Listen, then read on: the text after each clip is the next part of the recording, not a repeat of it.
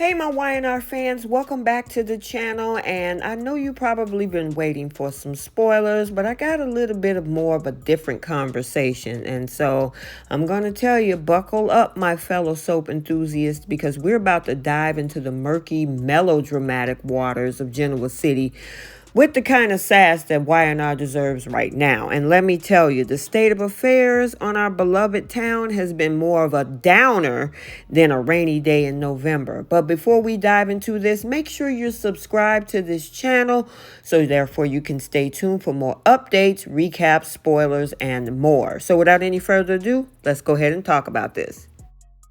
So let's rewind for a hot second to October 2022, shall we? Back when the Sally, Nick, Adam love triangle was the talk of the town, and thanks to the soap gods, that saga is finally over.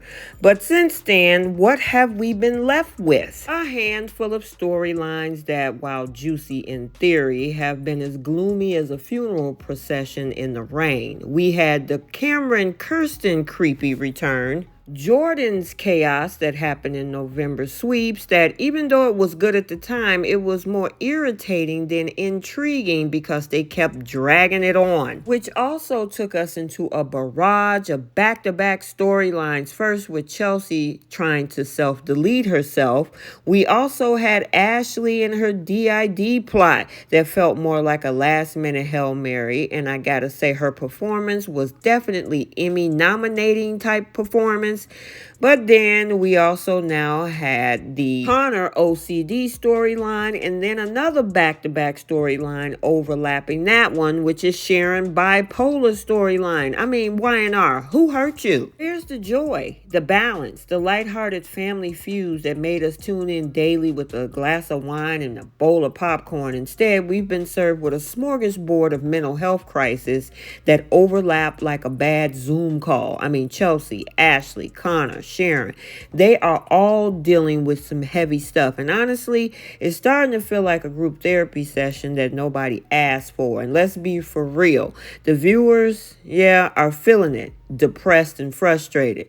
Where's the escapism in watching your favorite characters suffer from one mental health breakdown to the next?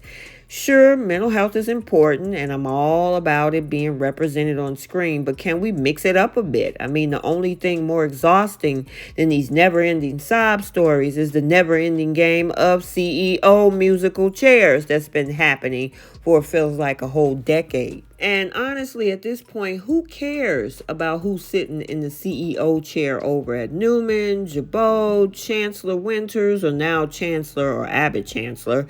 Let's face it, they'll be out next week. We're already seeing that happen over at Chancellor just as they just demerged.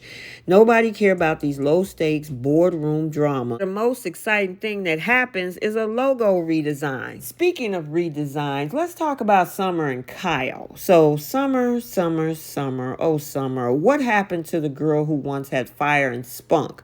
Now she's more obsessed with making Kyle's life a living hell than actually being a mother to Harrison. I mean, we used to think that it would be lucky on TV to see a stepmom who loves their kid as much as Summer loves Harrison. But now, we're just wondering why she's hell-bent on trying to get full sole custody. Her allegations against Kyle, flimsy at best. And sure, Kyle has been a bit of a jerk, but he is a good dad. And let's be real, Audra is about as dangerous as a soggy piece of toast right now because she's focused on business and having her little tete-a-tetes with Nate. Case closed. And what's with this adoption reveal being written off screen? I mean, YNR, you missed a golden opportunity to give us some real drama there. I mean, instead, you dropped it in on us at the last second like it was a side note to a grocery list. These two come from billionaire families. And we got to remember there is another biological mom out there, Tara. Did she sign away her rights in order for Summer to adopt the boy? And so sure, maybe Michael Baldwin pulls some strings, but come on, we deserve more than a casual mention.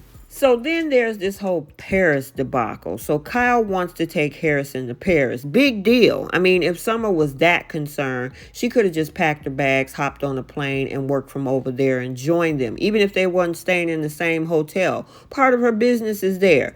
Spend some time in the city of love, get to know Claire, that's her cousin, and realize she's not another Jordan. Instead, Summer's spiraling into some nightmare where she's portrayed as an obsessive harpy. And Y&R, give this woman a real reason to want sole custody. Make us root for her, or at least understand her motives, instead of turning her into someone we all just want to smack some sense into. Now let's move on to the Connor OCD storyline.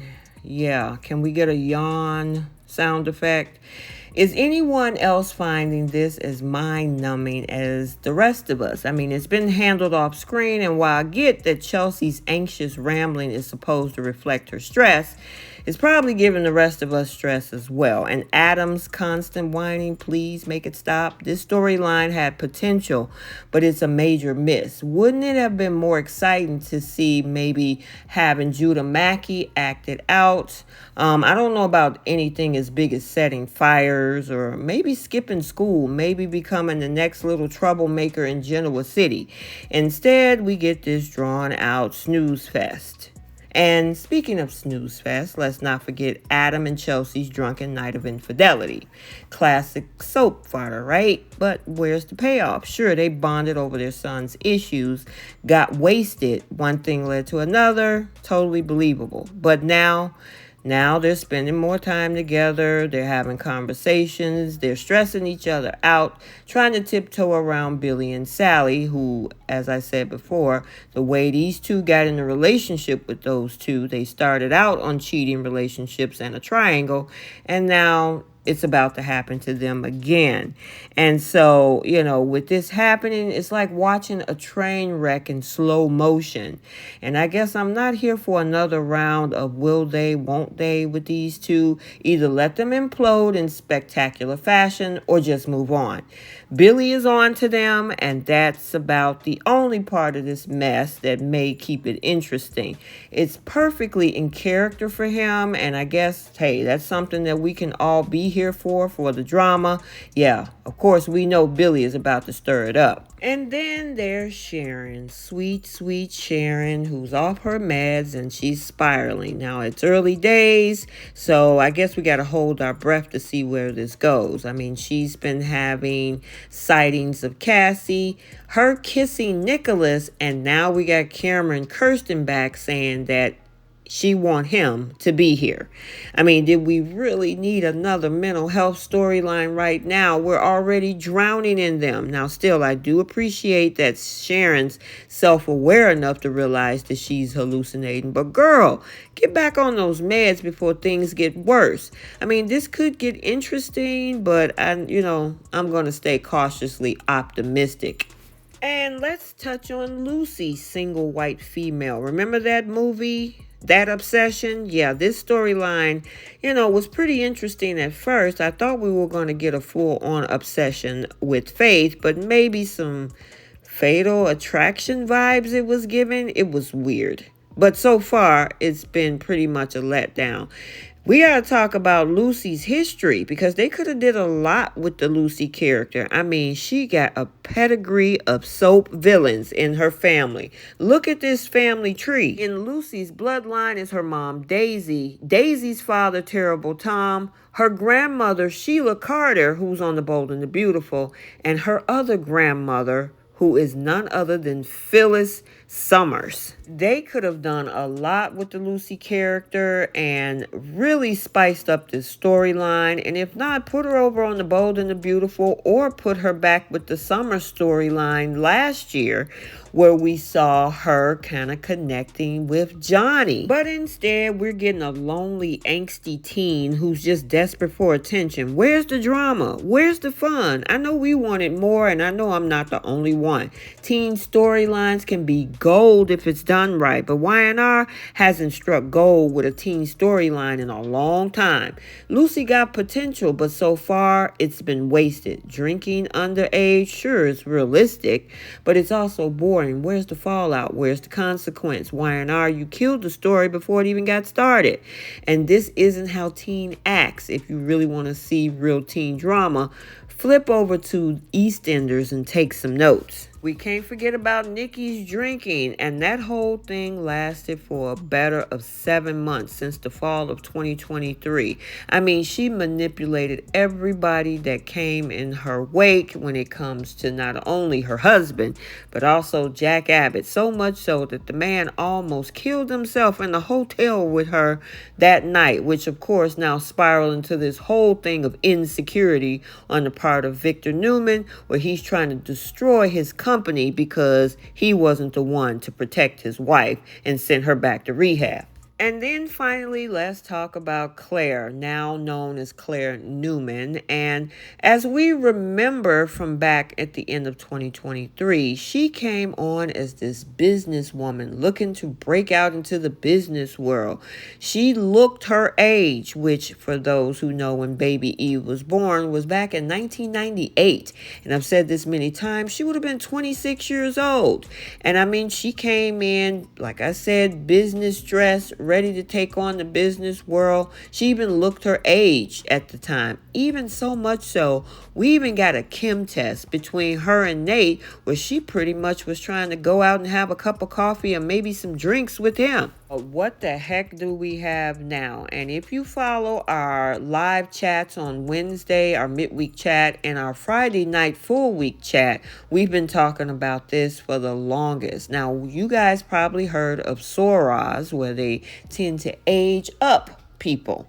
Well, it looked like they aged her backwards, because they have her looking from this 26-year-old businesswoman to now looking like somebody in high school. And originally they were chem testing her with Kyle as having some form of interest, but Kyle looks like he's pretty much might be out of her league because the way they having her dressed, she's acting childlike. It's like, what the heck did you do to Claire? I would have rather for her to keep her at that age. I understand she had to go through therapy because of all of the, the brainwashing that Jordan had did to her over the past 2 decades. But don't age her back to a child. I mean, so much so we got Victoria clocking her in, clocking her out, making phone calls to defend her against Summer. I'm like, the girl is 26 years old, ma'am. She's a grown adult. You remember what she looked like when she came to town? And I understand it's the little girl that they've missed and they missed her childhood, but she's still an adult. She's not even 18. She's actually 26. So, yeah, I find that really, really interesting how they bring in a character, and most times you age kids up. But look like in her whole demeanor, her character, even with her dress, it looked like they age her younger. So I don't know what you guys are doing here, Young and the Restless, and I'm telling you, you kind of need to look at some things. What say you, my soapies? I know you probably have some things to say. I can tell by, your responses when I do my recap that, YNR is a little bit teetering. Now, I know that they have contracts extended through the year 2028, but this is what I got to say in my summary. YNR, here's my plea. Give us some balance. Throw in some lighthearted fun. Give us some more romance and some of that sexy stuff that you used to give us. Some escapist drama that doesn't revolve around boardroom battles and mental health crisis. Let our favorite characters have some joy, some love, which I'm liking the story between Alan and Tracy, and some ridiculous plot twist that's going to make us laugh, cry, and scream on our screens. That's what the soaps are about, right? So let me know your thoughts, you guys. But before you go, make sure you like, comment, and subscribe. And I'm T from Soap Corner Talk. See you guys soon. Bye.